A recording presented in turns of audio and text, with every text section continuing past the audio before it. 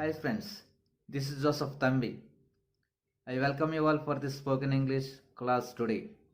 In this video what I would like to explain to you is the difference between two sentences. So let us see what are they.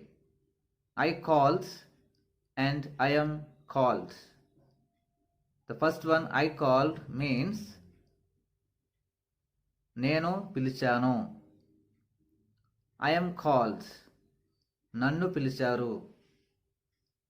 I selected, నేను select చేశాను. I am selected, నన్ను select చేశారు. I gave, నేను ఇచ్చాను. I am given, నాకు ఇచ్చారు. In the same way, she called, ఆమె పిలిచింది. She is called, ఆమెని పిలిచారు. She gave, ఆమె ఇచ్చింది. She is given, ఆమెకు ఇచ్చారు. This kind of sentences, one is active, another one is passive.